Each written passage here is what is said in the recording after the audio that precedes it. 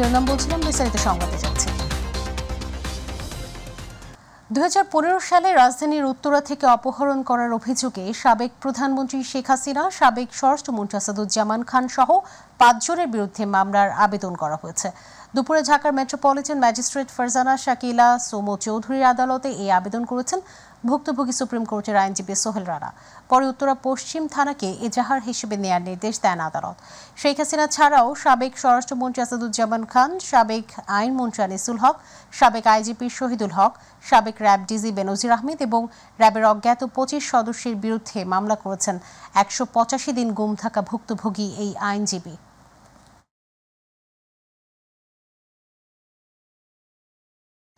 সাবেক আইনমন্ত্রী আনিসুল হক ও শেখ হাসিনার বেসরকারি শিল্প ও বিনিয়োগ বিষয়ক উপদেষ্টা সালমান এফ রহমান গ্রেফতার হওয়ার পর এখন গোয়েন্দা পুলিশের হেফাজতে রয়েছেন।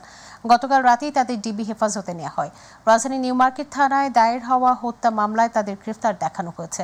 আজ তাদের আদালতে তোলা হতে পারে। নিউ মার্কেট থানায় দায়ের করা মামলায় তাদের গ্রেফতার চেয়ে 7 দিনের রিমান্ড আবেদন করা হবে। অন্তর্বর্তী সরকারের আইন, বিচার ও সংসদ বিষয়ক উপদেষ্টা ডক্টর আসিফ নজরুল বলেছেন, জুলাই 2024-এর গণহত্যার বিচার আন্তর্জাতিক অপরাধ ট্রাইব্যুনালেই হবে। জাতিসংঘের তত্ত্বাবধানে তদন্ত টিম কাজ করবে। সকালে সচিবালয়ে তিনি সাংবাদিকদের কথা জানান। তিনি বলেন, সাবেক আইনমন্ত্রী কিংবা শেখ হাসিনা কাউকে ছাড় দেওয়া হবে না। সাইবার সিকিউরিটি সহ সকল নির্যাতনমূলক আইন বাতিল বা সংশোধন করা হবে জানিয়ে তিনি বলেন, যে কারো বিরুদ্ধে হয়রানিমূলক মামলা যাচাই বাছাই করে প্রত্যাহার করা হবে। বিচার বিভাগে কর্মরত কর্মকর্তা ও কর্মচারীদের আয়ের হিসাব আগামী 10 কার্যদিবসের মধ্যে জমা দিতে হবে বলেও জানিয়েছেন ডক্টর আসিফ নজরুল।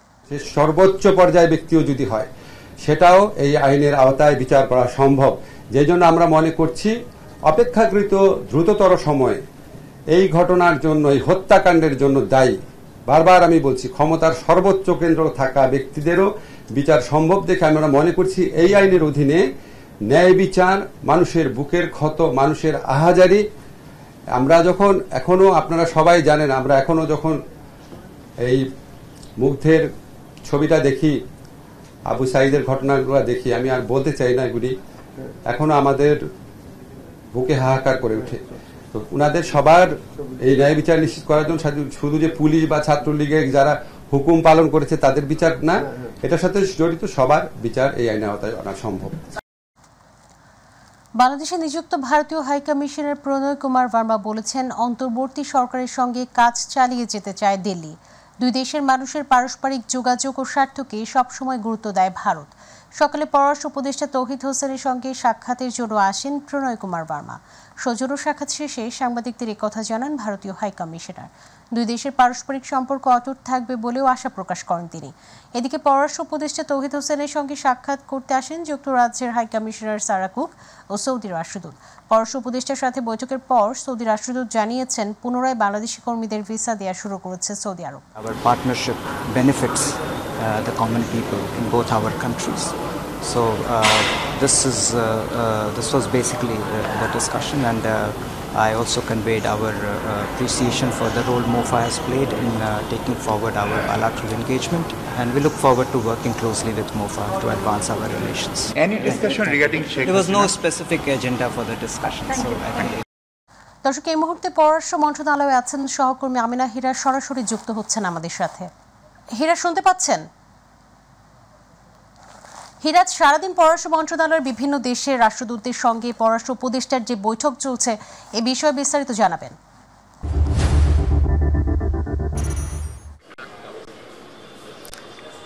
মন, আপনাকে ধন্যবাদ। মন, আপনি জানেন যে আজকে সকাল থেকেই পররাষ্ট্র মন্ত্রণালয়ে এক ধরনের রাষ্ট্রদূতদের কিন্তু আমরা দৌড়ঝাঁপ দেখেছি, এবং যেহেতু অন্তর্বর্তীকালীন সরকারের উপদেষ্টারা অনেকটাই দেশের বিভিন্ন সেক্টরে উপদেশ দিয়ে যাচ্ছেন, এবং পররাষ্ট্র মন্ত্রণালয়ের যিনি উপদেষ্টা রয়েছেন তৌহিদ হোসেন, তার সঙ্গেই কিন্তু সাক্ষাৎ করতে বিভিন্ন দেশের রাষ্ট্রদূতরা পররাষ্ট্র মন্ত্রণালয়ে আসছেন। সকালে যে কার্যক্রমটি ছিল, একদম সকালের দিকে আমরা দেখেছি ভারতের হাই কমিশনার প্রণয় ভার্মা এখানে এসেছেন, এবং যুক্তরাজ্যের যিনি হাই কমিশনার রয়েছেন সারা কুক, তিনি এসেছেন। এর পাশাপাশি সৌদি এম্বাসির যিনি রাষ্ট্রদূত রয়েছেন তিনিও এসেছেন, এবং কিছুক্ষণ আগে যেটি হয়েছে চায়নার রাষ্ট্রদূত কিন্তু এখানে এসেছেন পররাষ্ট্র মন্ত্রণালয়ে। তো অর্থাৎ সব দেশের যে রাষ্ট্রদূতরা রয়েছে তারা কিন্তু একে একে বৈঠক করছে। এবং আপনি জানেন নতুন সরকারের সময় কিন্তু সবসময় এটি হয়। আমরা এর আগেও দেখেছি যখন নতুন সরকার ক্ষমতায় আসে তখন রাষ্ট্রদূতরা তাদের দ্বিপক্ষীয় সম্পর্কটাকে আরও জোরদার করার জন্য বিভিন্ন সময় বৈঠক করে থাকে, এবং এটি তারই একটি অংশ হিসাবে কিন্তু রয়েছে। এবং আমরা প্রণয় ভার্মার কথা শুনেছিলাম, তিনি যেটি জানিয়েছেন যে ভারত এবং বাংলাদেশের যে দ্বিপাক্ষিক সম্পর্ক এবং কূটনৈতিক সম্পর্ক সেটি অব্যাহত থাকবে, তাতে কোনো ধরনের চির ধরার কোনো সম্ভাবনা নেই। পাশাপাশি সারা কুকো একই বার্তা দিয়েছেন, এবং আপনি জানেন চায়না রাষ্ট্রদূত আরও একই কথা। চায়না রাষ্ট্রদূতের কথা, বাংলাদেশের অভ্যন্তরীণ বিষয় কিন্তু কখনোই চায়না মাথা ঘামায় না। যে সরকারই আসুক সেই সরকারের সাথেই কিন্তু কাজ করার জন্য চীনা সরকার বদ্ধপরিকর। এর বাইরে যদি বলি সৌদি আরবের কথা, সৌদি আরবে আপনি জানেন বিভিন্ন দেশে কিন্তু আমাদের বাংলাদেশের যে ভিসা ছিল সেই ভিসাটি কিন্তু উদ্ভূত পরিস্থিতির কারণে বন্ধ ছিল, এবং সেইখান থেকে আজকে সৌদিতে ভিসা কার্যক্রম চালু হয়েছে। যারা সৌদিতে বাংলাদেশি কর্মী রয়েছেন তারা কিন্তু আজকে থেকে সেই কার্যক্রমের মাধ্যমে তারা ভিসা পেতে পারেন, এটি কিন্তু জানিয়েছেন আমাদেরকে সৌদি রাষ্ট্রদূত। এর বাইরেও সৌদি রাষ্ট্রদূত বলেছেন বাংলাদেশের সাথে বাংলাদেশের সরকার যেই হোক না কেন তাতে তাদের কোনো সমস্যা নেই, সব সরকারের আমলেই কিন্তু তারা বাংলাদেশের সাথে যে সৌদির যে সম্পর্ক সেটি অব্যাহত রাখবে। তো এর বাইরে আজকে আরও কিছু কার্যক্রম রয়েছে। চায়না রাষ্ট্রদূতের পরে আরও কয়েকজন রাষ্ট্রদূত এবং প্রতিনিধিরা আসার কথা রয়েছে, এবং তার পরবর্তীতে আমাদেরকে পররাষ্ট্র উপদেষ্টা তৌহিদ হোসেন জানাবেন যে আজকে বিভিন্ন বৈঠকে আসলে কি কি বিষয় উঠে এসেছে এবং দেশ পরিচালনার ক্ষেত্রে এবং সামনের দিনে কোন কোন দেশ আসলে আমাদের সাথে কি কি চুক্তি অথবা কি কি বিষয় নিয়ে আলোচনা করবে, সেই বিষয়গুলো হয়তো তিনি আমাদেরকে জানানোর চেষ্টা করবেন। তো আমার কাছে এখন থেকে এই পর্যন্ত পররাষ্ট্র মন্ত্রণালয়ে এতটুকুই ছিল। ধন্যবাদ হীরা আপনাকে। দর্শক, পররাষ্ট্র মন্ত্রণালয়ের ছিলেন সহকর্মী আমিনা হীরা, সেখানকার সবশেষ তথ্য জানাচ্ছিলেন। অর্থ আত্মসাৎকারী ও দুর্নীতিবাজদের বিরুদ্ধে ব্যবস্থা চলমান থাকবে, এগুলো মোটেও ধামাচাপা পড়েনি বলে জানিয়েছেন অর্থ ও পরিকল্পনা উপদেষ্টা ডক্টর সালেউদ্দিন আহমেদ। সচিবালয়ে নবনিযুক্ত গভর্নর আহসান এইচ মনসুরের সাথে বৈঠকের পর সাংবাদিকদের একথা বলেন তিনি। অর্থের সুষ্ঠু ব্যবহার ও অপচয় রোধ করা হবে জানিয়ে অর্থ উপদেষ্টা বলেছেন উৎপাদন, বাজার সহ সরবরাহ ব্যবস্থাপনা ঠিক রাখতে কাজ করা হবে। এ সময় বাংলাদেশ ব্যাংকের গভর্নর বলেন মূল্যস্ফীতি নিয়ে আলোচনা হয়েছে, সরবরাহ নিশ্চিত করতে কাজ করা হবে, চাঁদাবাজি বন্ধ, চাহিদার ভিত্তিতে জোর দেওয়া হবে, উন্নয়ন সহযোগীদের সাথে রিজার্ভ বাড়াতে আলোচনা হবে বলেও জানিয়েছেন তিনি।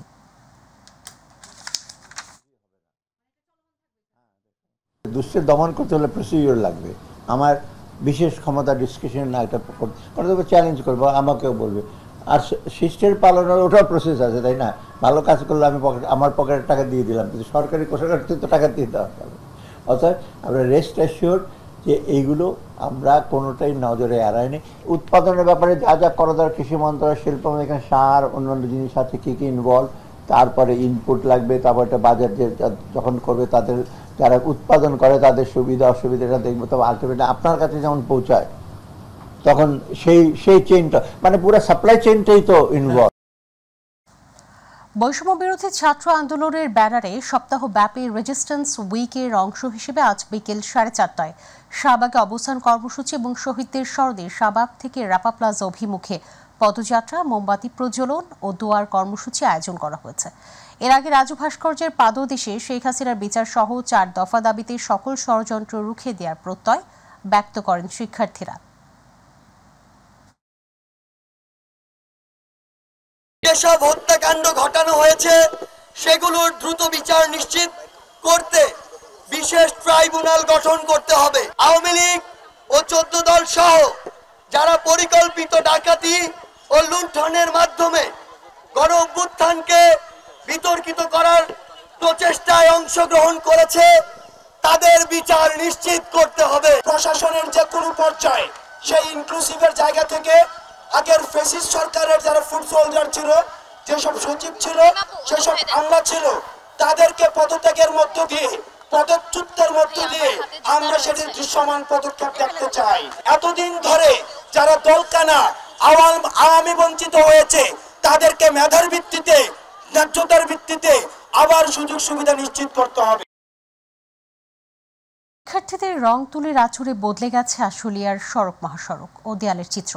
বৈষম্য বিরোধী ছাত্র আন্দোলনের সময় যেসব স্লোগান নিয়ে শিক্ষার্থীরা আন্দোলন করেছিল সেসব স্লোগান এখন শিক্ষার্থীদের রং তুলির আঁচড় শোভা পাচ্ছে সড়ক মহাসড়কের ডিভাইডারে ও দেয়ালে।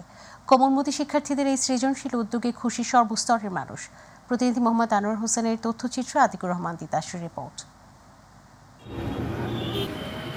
ছাত্র জনতা আন্দোলনের পর পরিষ্কার পরিচ্ছন্নতার অংশ হিসেবে আশুলিয়ার বিভিন্ন শিক্ষা প্রতিষ্ঠান সহ সড়ক মহাসড়ক ও দেয়ালে রং তুলির আঁচড়ে দেয়াল সাজাতে শুরু করেছেন শিক্ষার্থীরা। গ্রাফিতি অঙ্কনে অংশ নিচ্ছে বিভিন্ন বয়সী ছেলেমেয়েরা।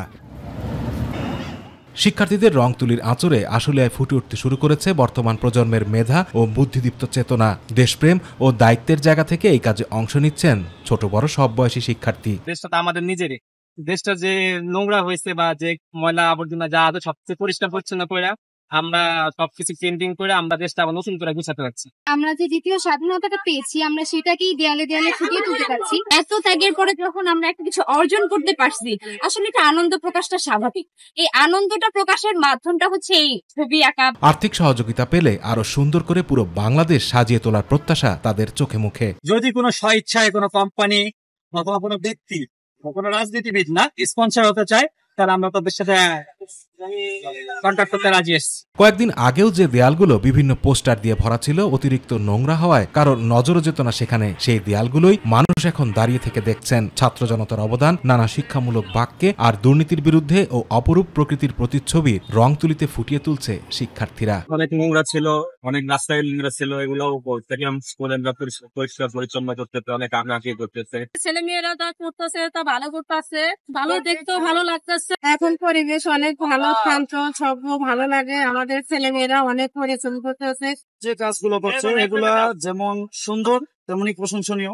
নতুনদের হাতেই গড়ে উঠবে নতুন বাংলাদেশ, যেখানে থাকবে না কোনো ভেদাভেদ, বৈষম্য। পুরনো জরাজীর্ণতা ভুলে এখনই তো সময় কাঁধে কাঁধ মিলিয়ে দেশকে এগিয়ে নিয়ে যাবার। আতিকুর রহমান তিতাস, মাই টিভি। রংপুরে কোটা সংস্কার আন্দোলনে নিহত আবু সাইদের বাড়িতে গেছেন বিএনপি মহাসচিব মির্জা ফখরুল ইসলাম আলমগীর। সকালে রংপুর পৌঁছে পীরগঞ্জের মদনখালী ইউনিয়নের জাফরপাড়া বাবনপুর গ্রামে আবু সাইদের বাড়িতে গাড়ি বহন নিয়ে রওনা দেন তিনি। সেখানে আবু সাইদের কবর জিয়ারত শেষে পরিবারের সদস্যদের খোঁজ খবর নেন বিএনপি মহাসচিব। এরপর জাফরপাড়া মাদ্রাসা মাঠে সম্প্রীতি সমাবেশে প্রধান অতিথির বক্তব্য দেবেন মির্জা ফখরুল।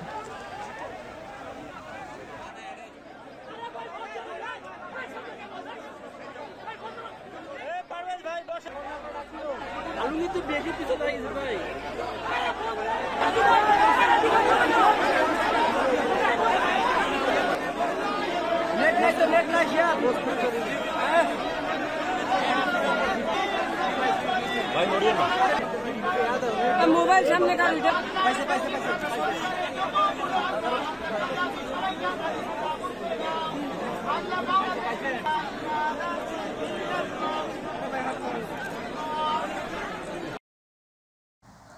এর আগে বিএনপির মহাসচিব মির্জা ফখরুল ইসলাম আলমগীর বলেন, পতিত শাসক গোষ্ঠী আওয়ামী লীগ ও তাদের লোকেরা পরিকল্পিতভাবে সাম্প্রদায়িক নাটক সাজিয়ে বিভিন্ন ধরনের প্রচারণা চালাচ্ছে। সকালে চাকুরগাঁওয়ে নিজ বাসভবনে এক সংবাদ সম্মেলনে এই কথা বলেন তিনি বলেন, এসব আওয়ামী লীগের একটি সাজানো নাটক, দেশের ভাবমূর্তি নষ্ট করতেই তারা এই কর্মকাণ্ড চালাচ্ছে।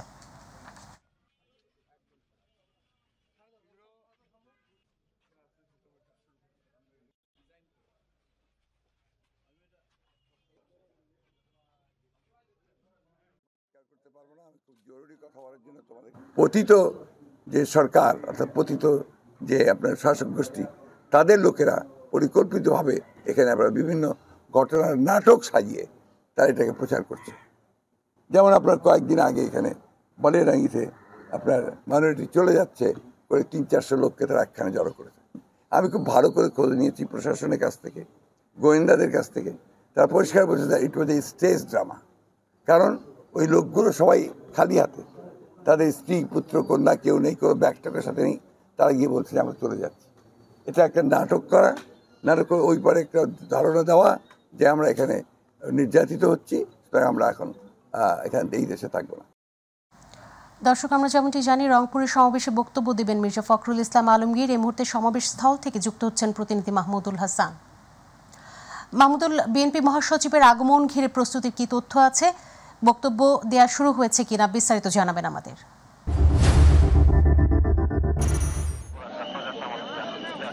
জি মন ধন্যবাদ।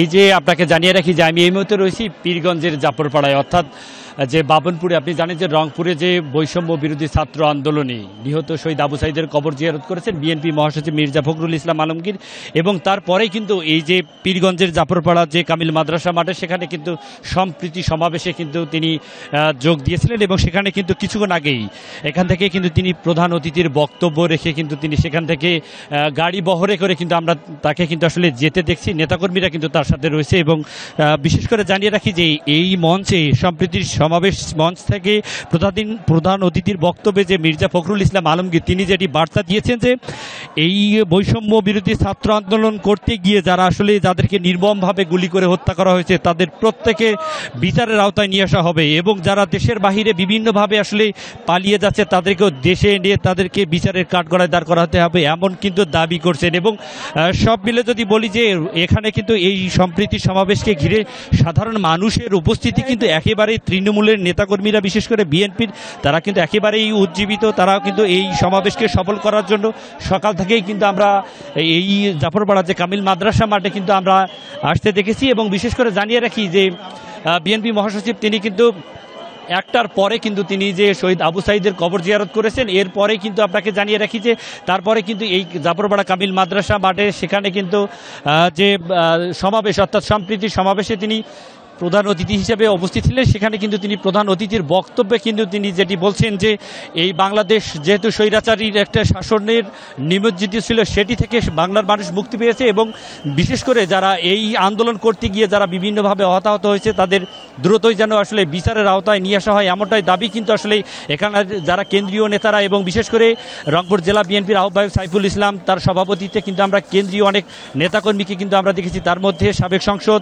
হারুনুর রশিদ তিনিও ছিলেন, এরপরে আসাদুল হাবিব দুলু তিনি কিন্তু আসলে উত্তরবঙ্গের অর্থাৎ রংপুর বিভাগের দায়িত্বপ্রাপ্ত একজন বিএনপির নেতা, তিনিও কিন্তু এখানে ছিলেন উপস্থিত। এবং বিশেষ করে আমরা দেখেছি যে সকাল থেকেই এই সমাবেশকে সফল করার জন্য কিন্তু বিএনপির যে তৃণমূলের নেতাকর্মীরা তারা কিন্তু এই জাফরপাড়া কামিল মাদ্রাসা মাঠে তারা কিন্তু জড়ো হন, এবং সেখানে এই সমাবেশ সফল করে কিছুক্ষণ আগেই কিন্তু প্রধান অতিথির বক্তব্য রাখে মির্জা ফখরুল ইসলাম আলমগীর তিনি কিন্তু এখান থেকে বের হলেন, এবং নেতাকর্মীরা কিন্তু ধীরে ধীরে এই সমাবেশ স্থল ত্যাগ করছেন। তবে তার যে বার্তা যে আগামীর বাংলাদেশ গড়তে বিএনপির নেতাকর্মী সহ সকলকে নির্দেশ যেটি দিয়েছেন যে কোথাও যেন কোনো এই বিএনপির নেতাকর্মী থেকে শুরু করে কোথাও যেন কোনো সহিংসতা বা কোনো যেন বিশেষ করে ধর্ম বর্ণ নির্বিশেষে এই বাংলাদেশের মানুষ যেন আসলে বসবাস করতে পারে সেটি নিশ্চিত করতে কিন্তু তিনি নির্দেশ দিয়েছেন। এই ছিল আমার কাছে মূল রংপুর থেকে বিএনপির মির্জা যে ফখরুল ইসলাম আলমগীর যে মহাসচিব তার এই সমাবেশ স্থল থেকে সর্বশেষ।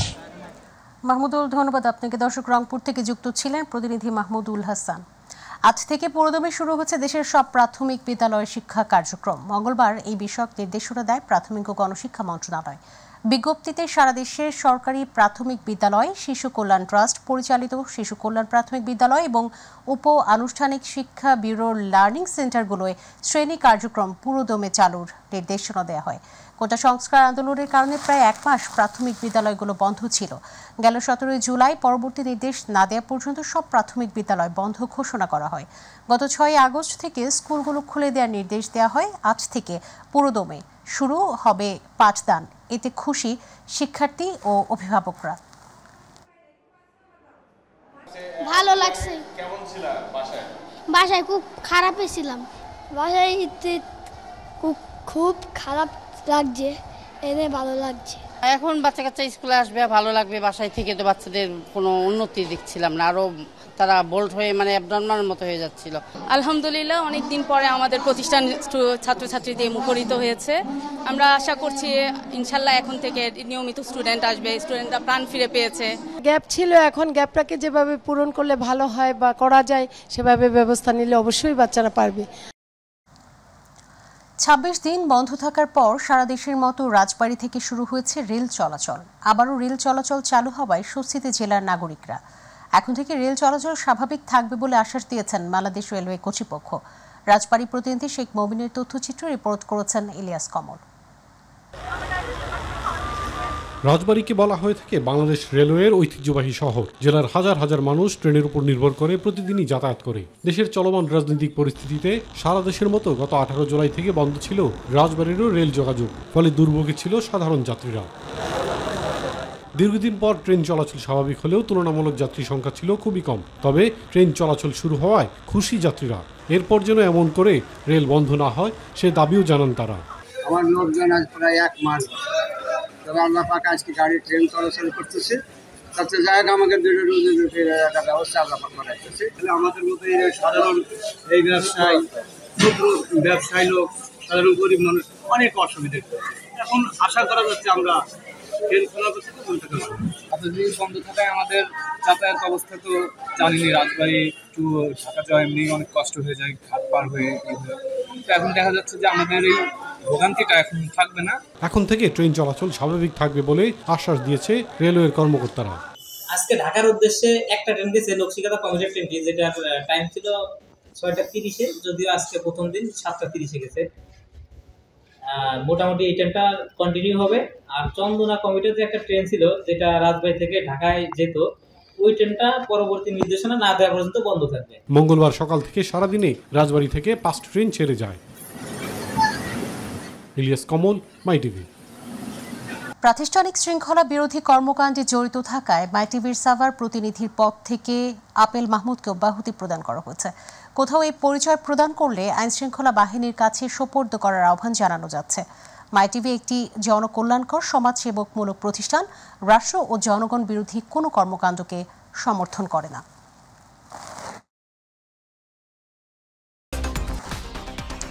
সঙ্গে থাকার জন্য ধন্যবাদ। এছাড়া ইউটিউবে মাই টিভি সংবাদ পেতে ভিজিট করুন youtube/mytvbd নিউজ এবং আমাদের অনুষ্ঠান দেখতে ভিজিট করুন youtube/mytvbangla, Facebook/mytvbangla। পরে সংবাদ দেখার আমন্ত্রণ জানিয়ে বিদায় নিচ্ছি। আল্লাহ হাফেজ।